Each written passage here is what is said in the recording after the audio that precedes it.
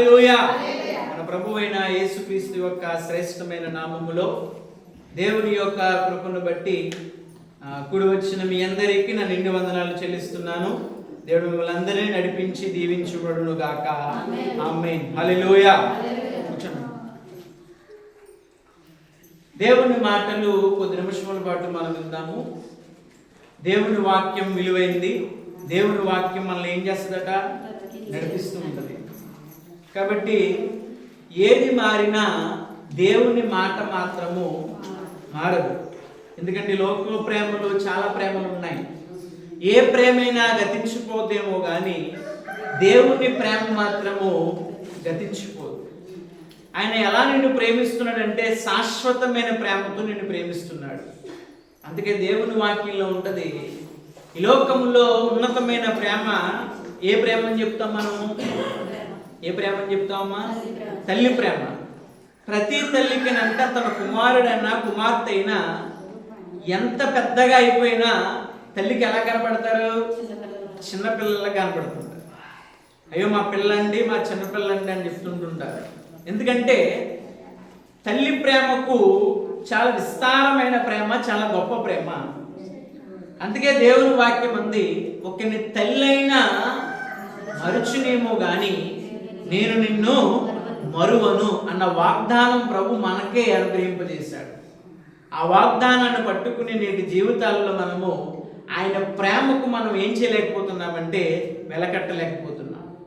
కొన్నిసార్లు ముదిమి వచ్చేసరికి బిడ్డలు ఎక్కడ మంచం మీద పడిపోయిన వారిని చూసి ఏం చేయలేరు, ఇంకా చూడలేరు.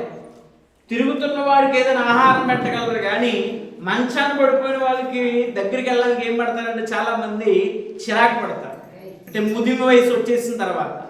కానీ యేసు ప్రభు సెలవిచ్చిన మాట ఏంటో తెలుసా? ముదిమి వచ్చే వరకు, అంటే ముదిమి వచ్చినా ఆయన నిన్ను ఎలా అంటున్నాడంట? ఎత్తుకుని ఆడిస్తాడట. దేవునికి స్తోత్రం కలుగును గాక. ఎత్తుకుని నిన్ను ఆదరిస్తాడట. అలాంటి ప్రేమ ఏ ప్రేమ? మనం ఆరాధిస్తున్న ప్రేమ. కాబట్టి చాలా మంది సెలవిస్తున్న మాట ఏంటంటే, తండ్రి మా లోకంలో మమ్మల్ని తల్లిదండ్రులు వదిలేశారండి, బంధువులు నాతో మాట్లాడలేదు, స్నేహితులు నన్ను పట్టించుకోవట్లేదని బాధపడుతున్న వారందరికీ చెప్తున్నాను, నిన్ను ఏ ప్రేమ వదిలేసినా, ఏ ప్రేమ నిన్ను మరిచిపోయినా క్రీస్తు ప్రేమ నీతోటే ఉంది. ఆయన ప్రేమ ఎలా ఉందంటే, నువ్వు ఆపత్కాలంలో ఉన్నప్పుడు ఉంది, నువ్వు సంతోషంలో కూడా ఉంది, వ్యాధిలో ఉన్నప్పుడు కూడా ఆ ప్రేమ నీతోటే కొనసాగుతుంది. అలాంటి శాశ్వతమైన ప్రేమ, మనం ప్రేమిస్తున్న ప్రేమ మనం మర్చిపోకుండా దేవుని సన్నిధానములో ఆరాధించుటకు ఈ విశ్రాంతి దినం దేవుడు మన అందరికీ అనుగ్రహించాడు. కొద్ది మాటలు దేవుని వాక్యమును మనం ఎలా విందాము? శ్రద్ధగా విందాం. దేవుని వాక్యాన్ని ఎలా వినాలండి? శ్రద్ధగా వినాలి. వాక్యం ద్వారా దేవుడు మనతో మాట్లాడుతున్నప్పుడు ఈ వాక్యము దేవుడు నాకే అనుగ్రహించినాడు. ఎందరైతే వాక్యం వింటారో వారందరూ దీవించబడతారు. హల్లెలూయా. నాకు మీరందరూ పాట పాడారు. ఏమని పాట పాడారంటే, నీ వాక్యమే నన్ను బ్రతికించును. ఏ వాక్యం బ్రతికించిందంటే మనల్ని? దేవుని వాక్యము బ్రతికించింది. ఇంకొక మాట, బాధల్లో అదే నాకు ఏం కలుగు చేసింది?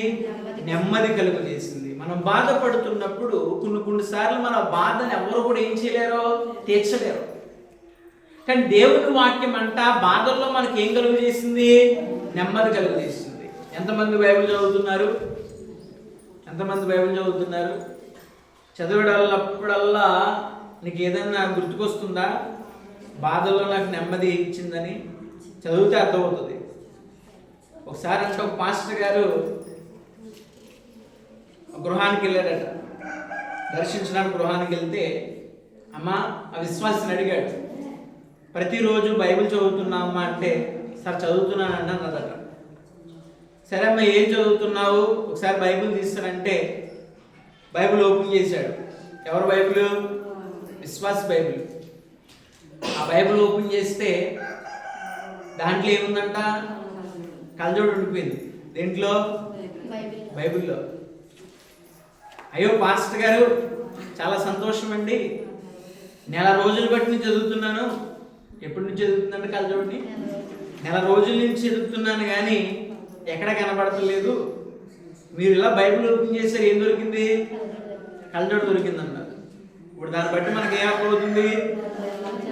ఆమె దాదాపుగా 4 రోజుల నుంచి ఏం తీయలేదు, బైబిల్ తీయలేదు. ఆదివారం ఒక దినాన్నే బైబిల్ మనం పట్టుకోకూడదు. ప్రతిరోజు కూడా దేవుడు మనకి జ్ఞానం ఇస్తే కొద్ది ఎంతోగా చదువుకుని ఉంటారు అందరూ కూడా.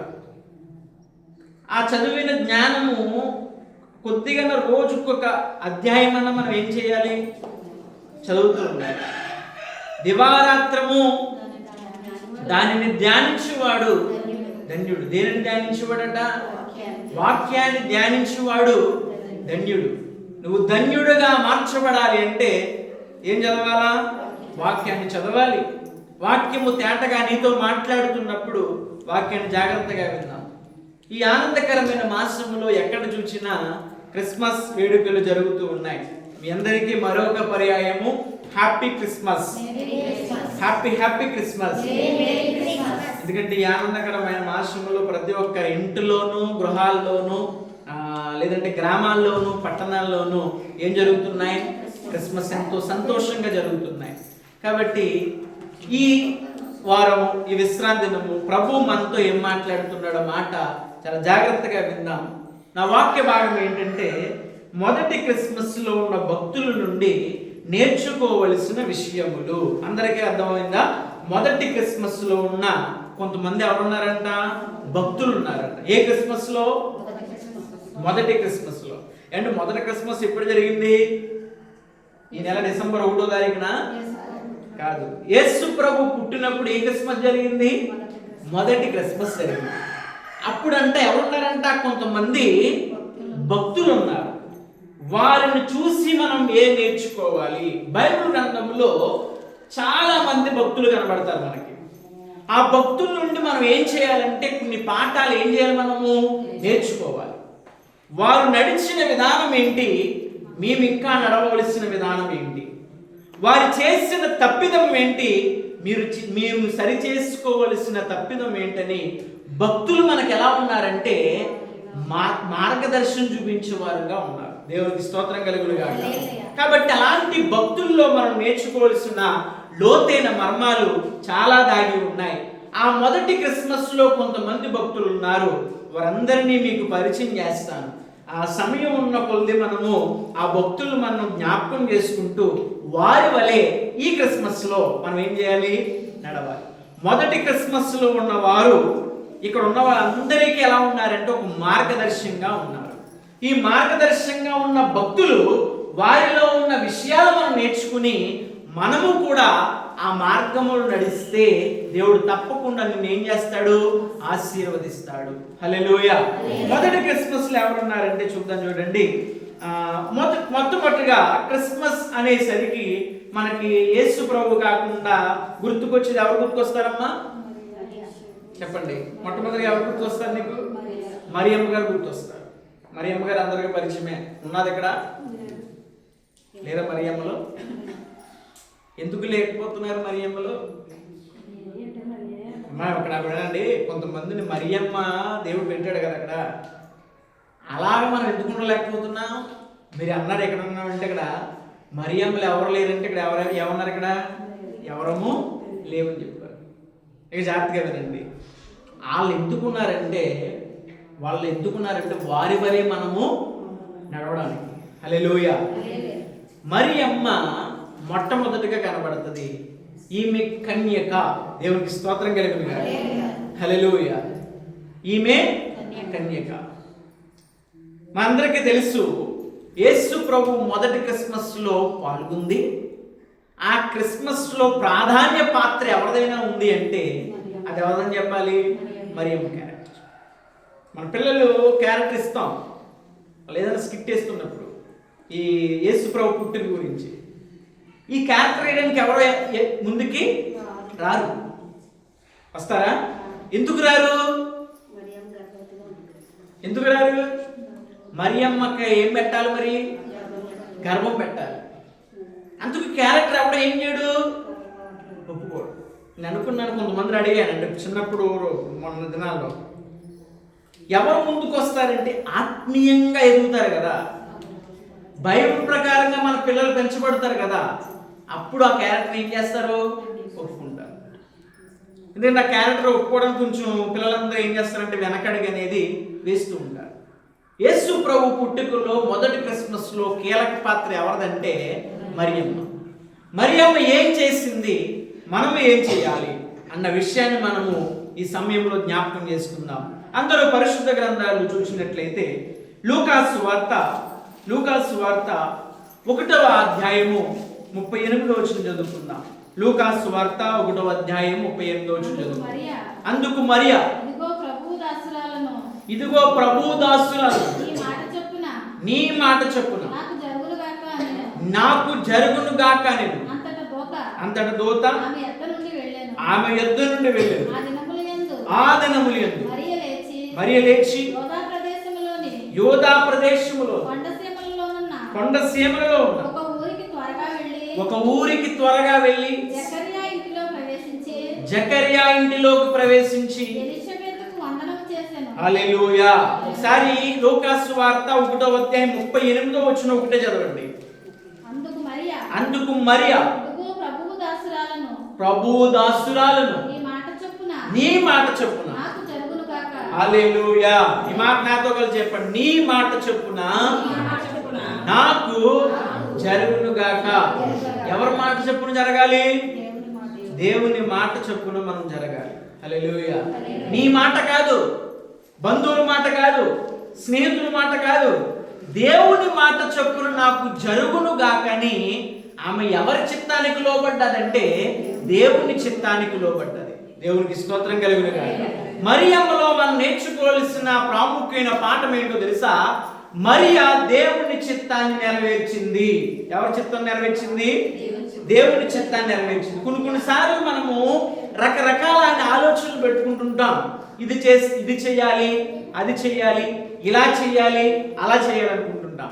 మీరు ఎప్పుడైనా అనుకున్నారో లేదో, మీరు ఏదైనా ప్రయాణం పెట్టుకున్నప్పుడు అన్ని సిద్ధపడుతుంటారు, అన్ని పెట్టుకుంటారు, అన్ని ఏర్పాటు చేసుకుంటారు.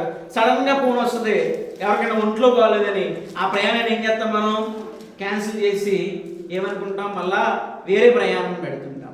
మరి ఆ ప్రయాణం చేసాక అనిపిస్తుంటుంది, నేను ఇప్పటి నుంచి ప్లాన్ చేసుకుంటున్నాను, దీన్ని దాదాపు 2 రోజులు ప్లాన్ చేసుకున్నాను, మళ్ళీ ఎక్కడ రావాల్సి వచ్చేసిందిరా బాబు, ఇక్కడ రావాల్సి వచ్చేసిందని ఏం చేసుకుంటా ఉంటప్పుడు మనం ఎన్నెన్నో అనుకుంటాం కదండి, అవి ఏం జరగవు.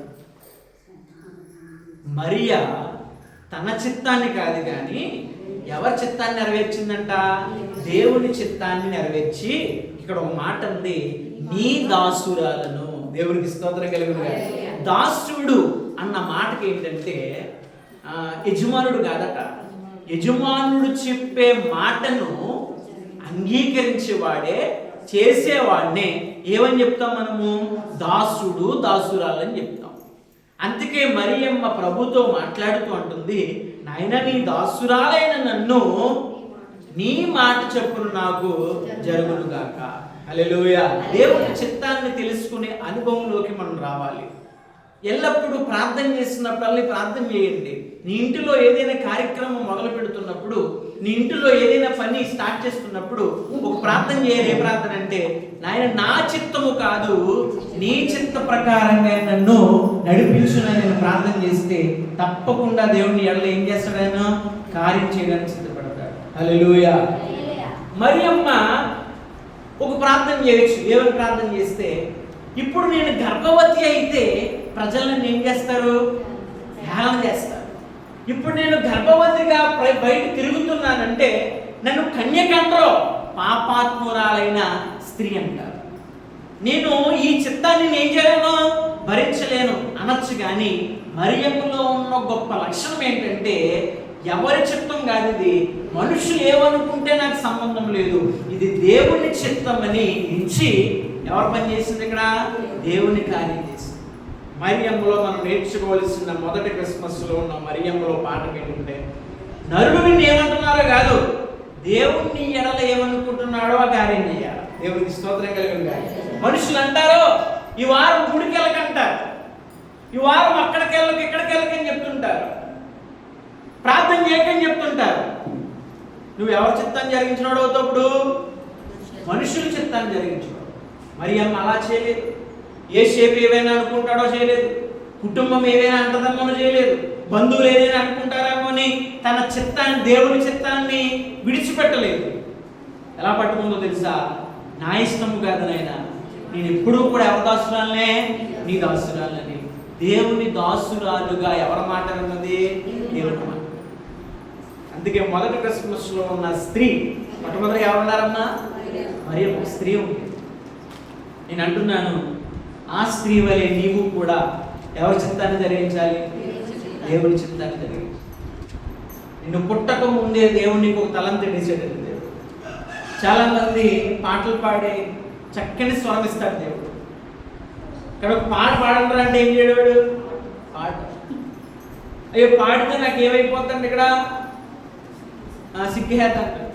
చక్కగా వాయిద్యాలు వాయిస్తే కుమారులు ఉంటారు చక్కగా. నేను వాయించనండి అంటుంటారు చాలా మంది.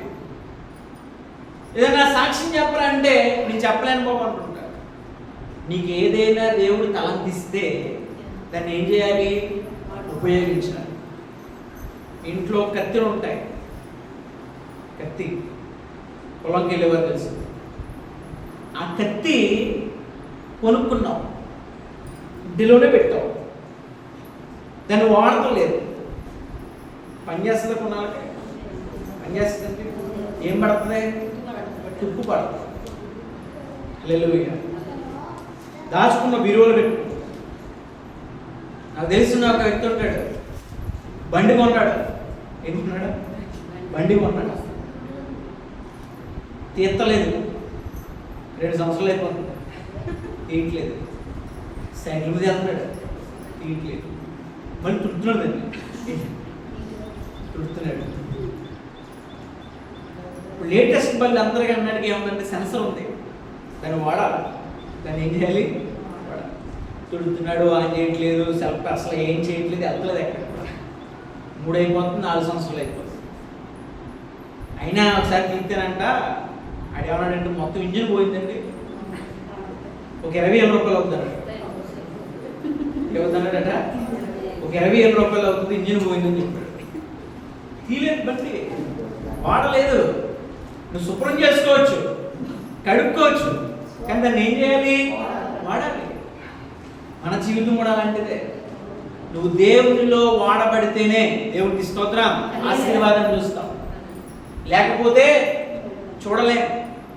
మరియా లోకంలో వాడబడలేదు. మరియా లోకంలో తిరగలేదు. ఎవరి చిత్తాన్ని చేసింది? అది కష్టమైన, భారమైన, హింసలైన, నిందలైన ఎవరి కోసం మోసిందండి? ఇది పాపం అని ఎంచలేదాన్ని. నీ దాసురాలు, నీ మాట నేను ఏం చేస్తున్నాను? అలా ఉండాలంటే నేడు దినాన మనము కూడా దేవుని మాట విని ఆ మాట ప్రకారంగా నడిస్తే నువ్వు కూడా ఒక మరియమ్మలాగే ఈ ఆనందకరమైన మాసములో నివసించగలుగుతావు. దేవునికి స్తోత్రం, హల్లెలూయా. రెండవ వ్యక్తి దగ్గరికి వెళ్తున్నాడు చూడండి. మొదటి క్రిస్మస్ లో మొదటి పాత్ర ఎవరిదే? మరియమ్మదే. రెండవ పాత్ర ఎవరిది అంటే పరిశుద్ధ గ్రంథాలు మనము తెరిచి చూసినట్లయితే మళ్ళా ఇంకొక ముఖ్యమైన విషయము మీ అందరినీ అడుగుతున్నాను. మరియమ్మ తర్వాత ఎవరు కనబడతారు? యేసేపు కనబడతారు. చూద్దాం అతని గురించి ఏమన్నదంటే బైబిల్ గ్రంథంలో మత్తయి సువార్త 1వ అధ్యాయము, మత్తయి సువార్త 1వ అధ్యాయం 19వ వచనం నుండి చదువుకుందాం. ఆమె భర్త అయిన యేసేపు నీతిమంతుడై ఉండి ఆమెను అవమానపరచునులక ఆమెను విడనాడ ఉద్దేశించెను. అతడు ఈ సంగతులను గూర్చి ఆలోచించుకొనుచుండగా ఇదిగో ప్రభువు దూత స్వప్నమందు అతనికి ప్రత్యక్షమై దావీదు కుమారుడైన యేసేపు నీ భార్య అయిన మరియను చేర్చుకొనుటకు భయపడకము, ఆమె గర్భము పరిశుద్ధాత్మ వలన కలిగినది. దేవునికి స్తోత్రం. ఇప్పటి వరకు చదివిన లేఖన గ్రంథంలో మనకు ఒక వ్యక్తి కనబడుతున్నాడు. ఆ వ్యక్తి పేరు ఏం పేరండి? యేసేపు. యేసేపుకి మరియమ్మకి ముందుగానే ఏమైపోయింది? ప్రదానం చేయబడ్డది. మన వాడుక భాషలో చెప్పాలంటే ఎంగేజ్మెంట్ అంటే నిశ్చితార్థం అయింది. అంటే పెళ్లి ఏం చేసినారు? నిర్ణయించారు. చూడండి, పెళ్లికి ముందు కొంతమంది ఏం చేస్తారు? ఇప్పుడు ఎంగేజ్మెంట్ చేస్తుంటారు, అంటే ఉంగరాలో మార్చుకోవడం. పెళ్లి ఆల్రెడీ ఏమైపోయింది, ఇంకా నిర్ణయించబడ్డది. అలా నిర్ణయించబడ్డదండి. త్వరలోనే ఎవరెవరికి వివాహము? మరియమ్మ గారికి, యోసేపు గారికి వివాహం. ఇదంతా బాగానే ఉంది. ఈ లోపల మీ అందరికీ తెలుసు, మరియమ్మ ఏం ధరించింది? గర్భం ధరించింది. శారీరకమైన సంబంధం ద్వారా కాదు, పరిశుద్ధమైన అభిషేకము ద్వారా. దేవునికి స్తోత్రం కలుగుతుంది. ఈ వార్త ఎవరు చెవులు పడ్డది? యోసేపు గారి చెవులు పడ్డది. ఎవరన్నా ఏమనుకుంటారు? మీ భాషలో చెప్పండి. యోసేపులో ఒక ఆలోచన మొదలైపోయింది. ఎప్పుడైతే ఈ మాట విన్నాడో ఆ ఆలోచన ఏంటంటే, నేను మరియమ్మని రహస్యముగా విడిచిపెడతాను, ఆమె గర్భము పాపము ద్వారా ధరించిందేమో. ఎక్కడ అనుకుంటాడట? మనసులో అనుకుంటాడు. యోసేపులో ఉన్న గొప్ప విషయం ఏంటో తెలుసా? నేడు యవ్వనస్తులకు చాలా ప్రాముఖ్యం ఇది. ఇలా బ్యాక్గా తెలిసింది అనుకున్నప్పుడు ఇతను ఏం చేస్తాడు? ఎవరనైతే ఊరంతా చెప్పేస్తాడు, వెళ్ళి టొంకే వేస్తుంటాడు. రేపు మొన్నేనా ఏమైంది, నాకు నిశ్చితార్థం అయింది, ఇలా గర్భం ధరించిందని ఏం చేస్తాడు? అందరికీ చెప్పేస్తాడు. ఎవరన్నా యోసేపులో గొప్ప వ్యక్తిత్వం ఏంటో తెలుసా? రహస్యంగా విడిచిపెడదాం అనుకున్నాడు. దేవునికి స్తోత్రం కలిగిన విడిచిపెడదాం అనుకున్నాడు. ఎవరైనా అలా అనుకుంటారు. ఇంతకే పూర్తిగా తెల్లగా తనకి విషయం. రహస్యముగా విడిచిపెడదాం, ఈ విషయం ఎవరికి ఏం చేయకూడదు అనుకుంటాడు. ఒక సంతోషం వచ్చిన ఆపుకోలేము, గొప్ప వచ్చినా ఇంట్లో ఏమి దాడాడు, ఇంట్లో విషయాలు ఏమి దాడు, ఇంట్లో ఏం జరిగిందో అన్నీ ఎక్కడ చెప్పేస్తాడా? మొన్న ఒక తల్లి నాతో చెప్తుంది, మా అబ్బాయి రాత్రి తాగేసి వచ్చింది. ఎలా వచ్చాడు చెప్పనా? ఇలా నడుతున్నాడు. ఎలాగా? ఇలా ఊగుతా ఊగుతా ఊగుతా నడుతున్నాడు. చెప్పి నవ్వుతుంది నాకు. నేను మనసులో అనుకున్నాను, ఇది ఎంత చెప్పే విషయం ఇదేనా? ఏమైనా చెప్పే విషయమా? ఆనందపడే విషయం ఇదేనా? కొంతమందికి కుటుంబ విషయాల్లో ఏది కూడా ఏమవ్వదో, ఆగదు. దానికి దాచలేకుండా దాచవలసినవి ఉంటాయి, కొన్ని చెప్పవలసినవి ఉంటాయి. మా ఇంట్లో ఆహారం లేదన్నాం, పక్కింటికి వెళ్ళి నాకు రాత్రి వండుకోలేదు అని చెప్తే అది ఆశీర్వాదం. అది వాళ్ళ ఆడికి ఏమవుతుంది? హేళన అవుతుంది. జాగ్రత్తగా వినండి, హేళన అవుతుంది. అలాగని కొన్ని చెప్పవలసినవి ఉంటాయి, కానీ చెప్పకూడదు. ప్రతిదీ కూడా ఇతరులకు మనం ఏం చేయకూడదు. ఎవరు చెప్పాలి? రహస్యం అందు తన తల్లిదండ్రులు కూడా చెప్పలేదు. యోసేపు చెప్పాడా? తన తల్లిదండ్రులకి కూడా చెప్పకుండా రహస్యముగా విడిచిపెడదాం అనుకున్నాడట. ఎంతో గొప్ప వ్యక్తి చూడండి. ఈ మనసులో ఆలోచన అనుకున్నాడో లేదో, ఎవరు ప్రత్యక్షమయ్యారు? దూత ప్రత్యక్షం. యోసేపు, నీ ఆలోచన కరెక్ట్ కాదు. హల్లెలూయా. యోసేపు ఎవరు కుమారుడట? దావీదు కుమారుడు. ఇప్పుడు యేసుప్రభు ఎవరు కుమారుడు? దావీదు కుమారుడు. అందుకే పాట ఉంటుంది, దావీదు కుమారుడా నన్ను దాటిపోగయా, నజరేతువాడా నన్ను విడిచిపోగయా, దావీదు కుమారుడా నన్ను దాటిపోగయా, నజరేతువాడా నన్ను విడిచిపోగయా, నీవు తప్పని లోకంలో ఎవరున్నారయ్యా, నిన్ను తప్పని చూడలేదయ్యా, నీవు తప్పని లోకంలో ఎవరున్నారయ్యా, నీవు తప్పని చూడలేదయ్యా. హల్లెలూయా. ఎవరు కుమారుడైనా? అందుకే దూత అంటుంది, దావీదు కుమారుడైన యోసేపు, నీ భార్య అయిన మరియను చేర్చుకున్నట్టుకు భయపడకము. ఆల్రెడీ దేవుడు డిసైడ్ చేశాడు ఎవరి భార్యని? నీ భార్య అయినా మరియమ్మని నువ్వు చేర్చుకున్నట్టుకు భయపడకము, ఆమె పరిశుద్ధాత్మ వలన గర్భము ధరించిన దూత తేటగా చెప్పగా ఈ ఆలోచన ఏం చేశాడు? ఇంకా తీసేసాడు. నేను అడుగుతాను, మరియమ్మ దేవుని చిత్తాన్ని నెరవేరిస్తే యోసేపు కూడా ఎవరి చిత్తాన్ని నెరవేర్చాడు? దేవుని చిత్తాన్ని నెరవేర్చి విడిచిపెడదామనుకున్న భార్యని చేర్చుకున్నాడు. దేవునికి స్తోత్రం. ఇక్కడ మరియమ్మ మొట్టమొదటిగా దేవుని మాటకి లోబడ్డది. తర్వాత ఎవరు లోబడ్డారు? యోసేపు కూడా దేవుని మాటకు లోబడి ఆమె భార్యని ఏం చేయలేదు? విడిచిపెట్టాడు. ఇది రెండవ విషయం. అంటే ఇక్కడ యోసేపులో ఉన్న ప్రాముఖ్యమైన విషయం ఏంటంటే, యోసేపులో ఉన్నది విధేయత కలిగి జీవించాడు. ఏం కలిగి ఉంది తనకి? విధేయత. విధేయతలుగా జీవించాలి నేడు యవనస్తులందరూ కూడా. విధేయత ఎక్కడొస్తుందంటే దేవుని మాట వినుట ద్వారా మనకి ఏం కనబడుతుంది? విధేయత కనబడుతుంది. నేడు యవనస్తులు చూస్తూ ఉంటే ఎలా ఉంటుందంటే తల్లిదండ్రుల మాట అస్సలు ఏమవుతలేదు, వాళ్ళు వినట్లేదు. ఇలా చేస్తే బాగుంటుందిరా, ఇలా నడిస్తే బాగుంటుందని తల్లిదండ్రులు చెప్తున్నారు, కానీ తల్లిదండ్రుల మాటకి ఏమి ఇవ్వట్లేదు, వాళ్ళు విధేయత చూపించట్లేదు. ఇక్కడ యవనస్తులారు మీ అందరికీ ఎవరు ఉదాహరణగా ఉన్నారంటే యోసేపుకు ఉదాహరణగా ఉన్నాడు, ఒక మార్గదర్శకంగా ఉన్నాడు. అతడు విధేయత కలిగి జీవించాడు కాబట్టి తన తెలిసిన తప్పును ఇతరులకు చెప్పలేదు. మనసులో అనుకున్న మాటని దేవుడు వాక్కు సెలవిచ్చిన వెంటనే ఆ వాక్కుని ఏం చేశాడు? ఆ మనసులో ఉన్న మాటను డిలీట్ చేసేసి చేర్చుకున్నాడు. ఎవరి మాటకు లోబడ్డాడు? దేవుని మాటకు లోబడ్డాడు.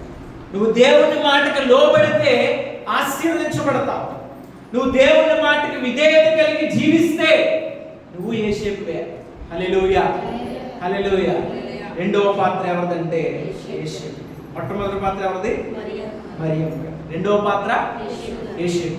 మూడవ విషయం దగ్గరికి వెళ్తున్నాను. మొదటి క్రిస్మస్ లో మూడో వ్యక్తి ఎవరు కనబడతారు మనకి? చెప్పాలి సార్, నేనేమో అడుగుతున్నా. గొర్రెల కాపరులు. ఎవరంటే అతను? గొర్రెల కాపరులు అని ఉంటుందా, గొల్లలు ఉంటాయి? మనం ఏం పెడతామంటే గొల్లలకి గొల్లలు. ఏమండి, యూతులకి అందరికీ ఉండేది గొర్రెలు ఉండేవి. ఇప్పుడు యాకోబు గారు గొల్ల, ఆయన యోధారాజ్యం అయింది. ఇశ్రాయేలు ఏకాఛత్రాధిపత్యం కలిగిన వాడు. గొర్రెల కాపురులు అంతే. వాళ్ళని ఏమనకూడదు మనం? గొల్లలు కాదు, గొల్లలు కాదు, బాబులు కాదు, ఎవరో కాదు. నేను ఒక్కడే చెప్తున్నాను, మనందరిది ఏ కులం? యేసు అనే కులం. దేవునికి స్తోత్రం కలిగిన కాక. హల్లెలూయా. ఇక్కడ గొల్లలు అనకండి ఎప్పుడు కూడా. ఏమని చదవాలి మనము? గొర్రెల కాపరులు. దేవునికి స్తోత్రం కలిగిన కాక. ఏ కాపరులు కనబడతారు మనకి? గొర్రెల కాపరు. గొర్రెల కాపరులు ఎక్కడ ఉంటారండి? పొలంలో ఉంటారు. ఇంటికాడ ఉంటారు, వాళ్ళు పొలంలో ఉంటారు. ఎందుకంటే అంత మందను మేపడానికి మరలా వాళ్ళ స్వగ్రామానికి రావాలి, మరలా అక్కడికి వెళ్ళాలంటే ప్రయాసం ఎందుకు వ్యర్థమని తెలిసి వాళ్ళు ఏం చేస్తారంటే పొలాల్లోనే చిన్న డేరా కింద కట్టుకుని అక్కడే ఉండిపోతారు. నేను తలుచుకుంటూ సార్లు వాళ్ళని చూసి బాధ అనిపిస్తుంది. ఎంత భయంకరమైన చలిలో ఎలా ఉంటారు. ఇంట్లో బెడ్రూమ్లో దుప్పట్లు కప్పుకుని మనమే చలికేమలేకపోతున్నాం, ఉండలేకపోతున్నాం నేటి దినాల్లో. అలాంటిది భయంకరమైన చలిలో చిన్న ఢాళాల్లో గొర్రెల కాపరులు ఎలా ఉంటారంటే ఎంతో కష్టంగా ఉంటుంటారు. అలాంటి గొర్రెల కాపరులు కూడా అయ్యే భయంకరమైన చలిలో మొదటి క్రిస్మస్ లో పాల్గొన్నారు. దేవునికి స్తోత్రం. గొర్రెల కాపరులు మొదటి క్రిస్మస్ లో పాల్గొన్నారు. ఎలా పాల్గొన్నారో వారిలో ఉన్న ఆసక్తి ఏంటి, మనలో ఉన్న ఆసక్తి ఏంటి అన్నది మనము మూడో విషయాన్ని జ్ఞాపకం చేసుకున్నాం. అందులో పరిశుద్ధ గ్రంథాలు తెరిచి చూసినట్లయితే లూకాసు వార్త 2వ అధ్యాయము 15వ వచనం చదువుకుందాం. లూకాసు వార్త 2వ అధ్యాయం 15వ వచనం. ఆ దూత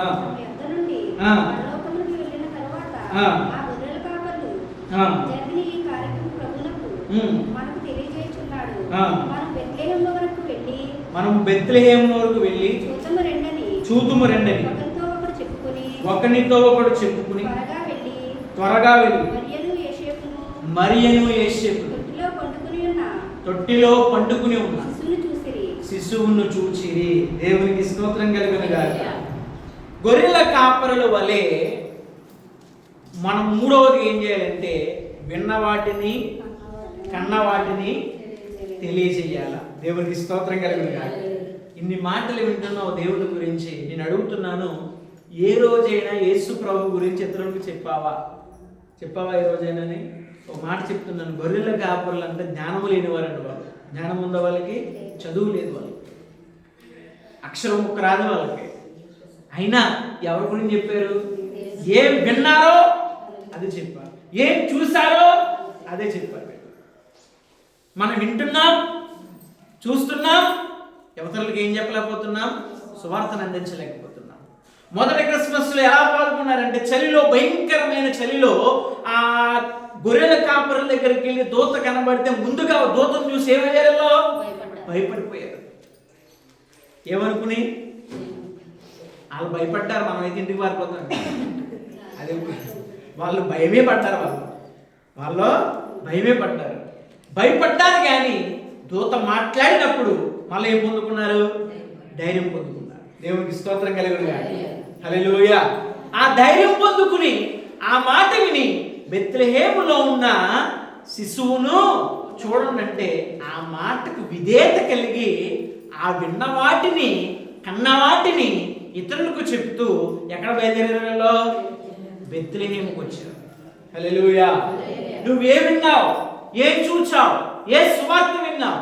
కాపరులు దేవుని మాట విని ఆ విన్నది వారితోనే ఉండిపోకుండా ఇతరులకు సువార్త ఏం చేశారు? వాళ్ళు జ్ఞానము లేని వారే సువార్తను ప్రకటిస్తుంటే ఉద్యోగపు చదువుకున్న మనము ఎవరి గురించి చెప్పాలి? మనము క్రీస్తుని గురించి చెప్పాలి. మొదటి క్రిస్మస్లో సువార్త ప్రకటించే భాగ్యం దేవుడు ఎవరికి ఇచ్చాడు? నీకు ఇస్తాడు దేవుడు. ధనికులకి ఇవ్వలేదు. పొలంలో ఉన్న సామాన్యమైన వ్యక్తులకు ఇచ్చాడు. ప్రార్థన చేస్తే దేవుడు నీకు కూడా ఏం ఇస్తాడు? అవకాశం ఇస్తాడు. హల్లెలూయా. భయపడుతున్న మన జీవితాలలో దేవుని యొక్క వెలుగు ద్వారా వారి జీవితాలకు ఏమొచ్చింది? వెలుగు వచ్చింది. చీకటిలో ఉన్న గొర్రెల కాపరులకు క్రీస్తు వెలుగు ద్వారా రక్షకుడు మన కొరకు ఉదయించిన వార్త వారు విన్నది, చూసినది ఇతరులకు ఏం చేశారు? వాళ్ళు తెలియజేశారు. ఇది మూడో వ్యక్తి. మొట్టమొదటిగా ఎవరు పాల్గొన్నారు? మరియమ్మ, తర్వాత యేషయా, తర్వాత గొర్రెలుగా, తర్వాత ఎవరు? జ్ఞానులు కనపడతారు. వారికి అంత గొప్పవాళ్ళు కాదంటే జ్ఞానులు. దేవునికి స్తోత్రం. వాళ్ళు కూడా ఎక్కడ పాల్గొన్నారంటే మొదటి క్రిస్మస్ లో పాల్గొన్నారు. దీన్ని ఎంతమంది ఎందుకు చెప్తున్నారంటే జ్ఞానులేమి, అల్పులేమి, లేమిలో ఉన్నవారేమి, కలిమిలో ఉన్నవేంటి, అనారోగ్యంలో ఉన్నవారేమి, ఆరోగ్యంలో ఉన్నవారి, పసిపిల్లలేమి, పెద్దలేమి, యవనస్తులేమి, వృద్ధులేమి, క్రిస్మస్ ఒకరిదే కాదు, అందరూ పాల్గొనాలి. దేవునికి స్తోత్రం. అందుకే దేవుడు గొర్రెల కాపరుల్ని పెట్టాడు, జ్ఞానుల్ని కూడా పెట్టాడు. గొర్రెల కాపరులు దేనికంటే జ్ఞానము లేని వారని. వీళ్ళెవరో వాళ్ళు పాల్గొన్నారు. వాళ్ళు ప్రభు శిష్యుని చూశారు. వీళ్ళు కూడా ఏం చేశారు? శిష్యుని చూశారు. మనం చూస్తున్నాం ఈ క్రిస్మస్ లో చూడబోతున్నాం దేవుని కార్యములు. జ్ఞానులు ఎలా చూశారు, ఎలా పాల్గొన్నారో చెప్తున్నాను చూడండి. మత్తయి సువార్త 2వ అధ్యాయము 1వ వచనం నుండి చదువుదాం. మత్తయి సువార్త 2వ అధ్యాయము 1వ వచనం నుండి చదువుదాం.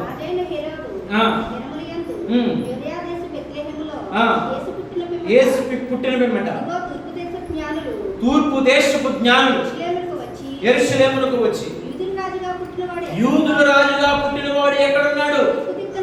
తూర్పు దిక్కున మేము ఆ నక్షత్రము చూచి ఆయన పూజింపవచ్చితమని. దేవునికి స్తోత్రం కలుగునుగాక. దూత ప్రత్యక్షమై గొర్రెల కాపరులు చెప్పింది కానీ ఇక్కడ నక్షత్రం చూశారు. ఏ దిక్కున? తూర్పు దిక్కున నక్షత్రం చూసి వారు చెప్పిన మాట ప్రకారంగా యూదుల రాజుగా పుట్టినవాడు ఎక్కడ ఉన్నాడు? మేము ఎలా వచ్చినామంటే తూర్పు దిక్కున నక్షత్రం చూసి మేము వచ్చినామని ఆ జ్ఞానులు సెలవిస్తున్నప్పుడు, జ్ఞానులు ఎందుకు వస్తున్నారంటే శిశువును తీసుకుపోదామని కాదు, శిశువును రాజుకి అప్పచెప్పేద్దామని కాదు, ఏం చేద్దామనంట పూజింతో వచ్చిందేమని. దేవుడికి స్తోత్రం. ఎవరు పూజించడానికి వస్తున్నారు వీళ్ళు? ఎవరు పూజించడానికి అండి? యేసు ప్రభువును పూజించడానికి వస్తున్నారు. హల్లెలూయా. అక్కడ మనం ఇంకా కిందకి 10-11 చదవండి. 10-11.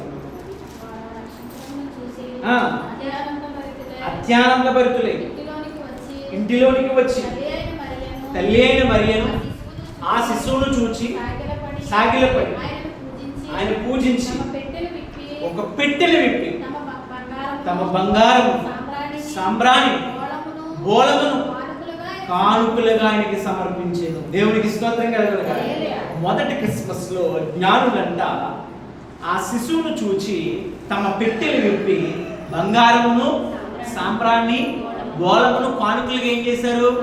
ఆయనకి సమర్పించారు. ఈ మాట చెప్తున్నాను. ఆ క్రిస్మస్ లో బంగారము సాంబ్రాన్ని విలువైన వస్తువులన్నీ ఇచ్చారు. మనం ఈ క్రిస్మస్ లో చేయవలసింది ఏం చేయాలి చెప్పనా?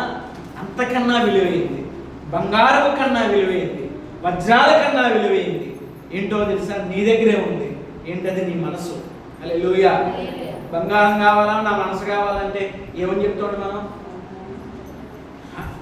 బంగారం కావాలని నీ గుండెకే కావాలంటే అదే పోను బంగారం కానీ నా గుండెకే కావాలని పోవాలి. ఏ గుండెకాయ? జంతువుల గుండెకే కాదు, మన గుండె. హల్లెలూయా. అది పెట్టుకోవాలంటే ఇది ఉండాలి. హల్లెలూయా. ఏం కావాలని కోరుకుంటాం? మనసే కావాలని కోరుకుంటాం. నేను చెప్తున్నాను, అక్కడ జ్ఞానులు విలువైనవి ఇచ్చి ప్రభుని ఏం చేశారు? కనపరిచారు. అంతకన్నా విలువైంది క్రిస్మస్ నుండి దేవుడు అడుగుతున్నాడు. నీ హృదయాన్ని దేవుడికి ఇవ్వాలి. హల్లెలూయా. నీ మనస్సు మారు మనసుకుంటాడు. నీ మనస్సే దేవుడు గిఫ్ట్ కింద కోరుకుంటున్నాడు. దేవుడు అన్న మాట ఏంటంటే, నేను హృదయమనే తలుపు తడుతున్నాను. ఎందులో ప్రవేశించాలని? నీ హృదయంలో ప్రవేశించాలి. దేవుడు అడుగుతున్నాడు, ఎక్కడ స్థానం ఇవ్వాలి? నీ హృదయంలో స్థానం. అదే దేవుడికి ఇచ్చే గిఫ్ట్. నువ్వు అదే నువ్వు సాగిలో పడిపోయి శరీరంతో ఎంత భక్తి చేస్తున్నావు అన్నది కాదు, ఎంత మోకరించి ప్రార్థన చేస్తున్నావు అన్నది కాదు, ఇంకా నీ మనసు దేవునికి ఇస్తున్నావా, ఇంకా ఇవ్వలేదా అన్న ప్రశ్న మనం జ్ఞాపకం చేసుకుంటే, గొర్రెల కాపరులు తమ సర్వస్వం ఇచ్చి ఎలా కనపరిచినారో మనము కూడా అంతకన్నా విలువైన జీవితాన్ని ఇచ్చి దేవునికి ఏం చేయాలి? నువ్వు కనపరచాలి. దేవునికి స్తోత్రం కలుగునుగాక. హల్లెలూయా. 5వ మాట చెప్పిన ముగిస్తాను చూడండి. ఇంకా కొంతమంది ఉన్నారు కానీ సమయం అవుతుంది. 5వ వ్యక్తి ఎవరంటే సిమియోను ప్రవక్త. ఆ ప్రవక్త గురించి ఎక్కడ ఉందాం? లూకాసు సువార్త 2వ అధ్యాయము 25వ వచనం చదువుకుందాం. లూకాసు సువార్త 2వ అధ్యాయం 25వ వచనం.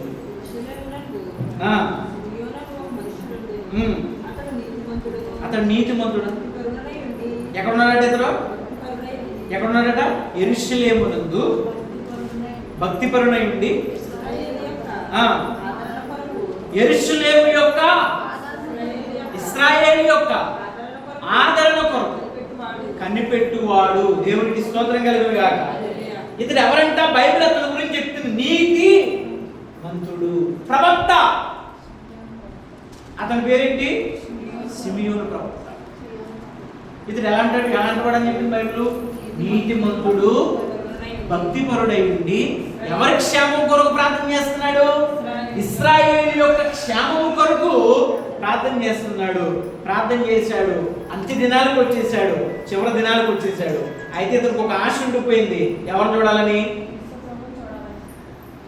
క్షేమం కొరకు ప్రార్థన చేశాను కదా, రక్షకుడు వస్తాడన్న ఆశ, యేసు ప్రభువును చూడాలన్న ఆశ ఎవరు ఉండిపోయిందట? ఆ ప్రవక్తలు ఉండిపోయింది. మరియమ్మ గారు ఎవరు తీసుకొచ్చారు? యేసు ప్రభువుని తీసుకొచ్చారు. పుట్టిన కుమారులు అంటే ముందే ఎక్కడ తీసుకురావాలి? చెప్పండి అమ్మా. ముందుగా దేవుని మందిరం తీసుకురావాలి. హల్లెలూయా. ఎక్కడ వాళ్ళని? దేవుడి బలిపీఠం దగ్గర పెట్టాలి. దేవుడి స్తోత్రం కలుగునుగాక. హల్లెలూయా. ఇది యెహోవా ఇచ్చు బహుమానం.